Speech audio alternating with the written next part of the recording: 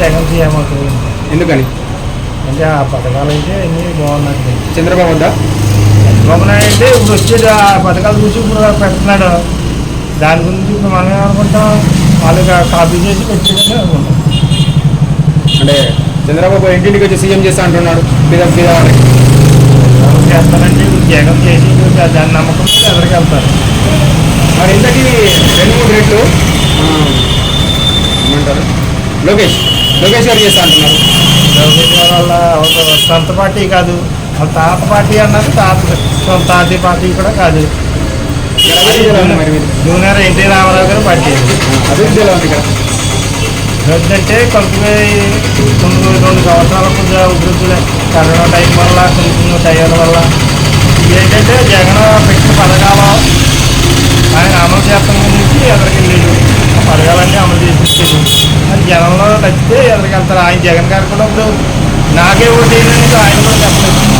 నా పథకాలు నచ్చితే నాకు ఎదురుకి వెళ్ళి నాకు ఓటేయండి అని ధైర్యంగా సభలో చెబుతాడు ఆయన. సో ఫైనల్గా ఎవరు కావాలనుకుంటున్నారు?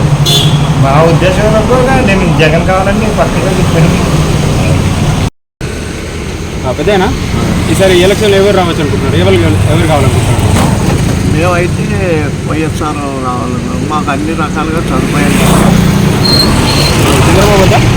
మాకు అంతవరకు రూపాయి చెల్లలేదు ఆయన వల్ల. మాకు ఈయన వల్ల చాలా సేఫ్టీగా ఉంది. ఎందుకంటే మాకు అమ్మఒడి ఆదా వచ్చింది, చేయూత వచ్చింది, బ్యాంకు రుణమాఫీ జరిగింది. ఇవన్నీ ఆయన మా పుణ్యవంతం మాకు బాగా చేయగలుగుతాం. ఇంకా అంతకంటే మేము ఆయనకే రుణపడి ఉంటాం. అంటే ఇప్పుడు లోకేష్ గారు వస్తే ఇంతక 2-3 రేట్లు ఎక్కువ ఇస్తాంటారా పక్కలలో? ఏం మారు ఆయన తండ్రి గారు కూడా చేసింది మాకు ఉపకారం. మా మనవాడికి హార్ట్ ఆపరేషన్ చేయించాడు. మా మనవాడికి 2 లక్షల రూపాయలు చేసి పెట్టి అని చేత మేము ఆయనకే రుణపడి ఆయనకే చేస్తాం.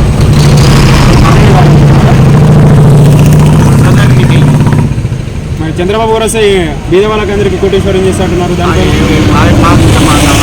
అది ఆయన ఆదిత్యంతా మాకు అనాథం. మాకు కావాల్సింది ఈయనే జగన్మోహన్ రెడ్డి గారు. మాకు సీఎం అయితే మాకు మళ్ళీ యథాస్థితి పూర్వం అప్పులు లేవు, శుభ్రంగా సేఫ్టీగా ఏదో తిన్నాం.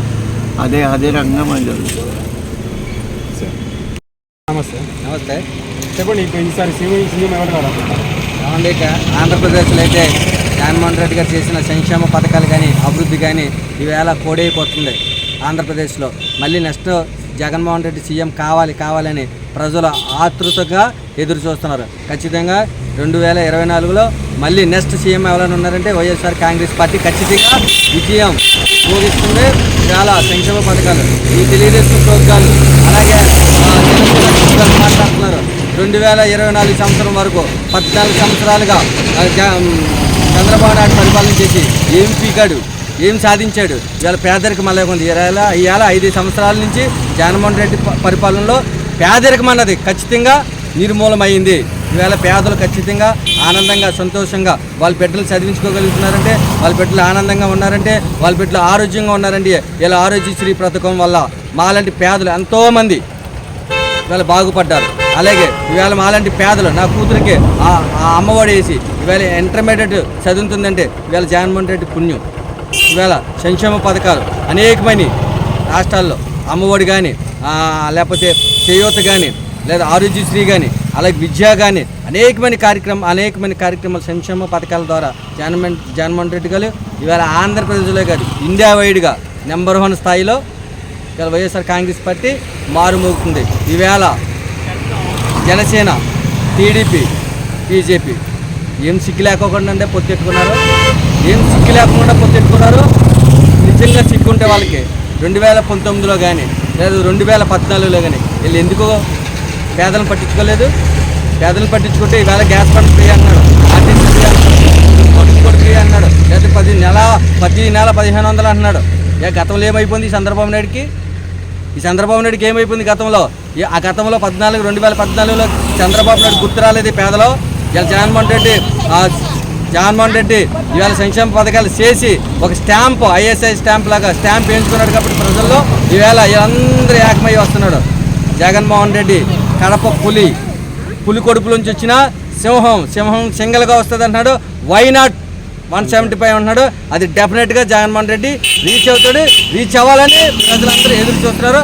మీకు వచ్చినందుకు మీకు అందరికీ ధన్యవాదాలు. జగన్మోహన్ రెడ్డి, వైఎస్ఆర్ కాంగ్రెస్ పార్టీ విజయం చేస్తుంది. జై జగన్, జై YSR Congress party. Please subscribe .news.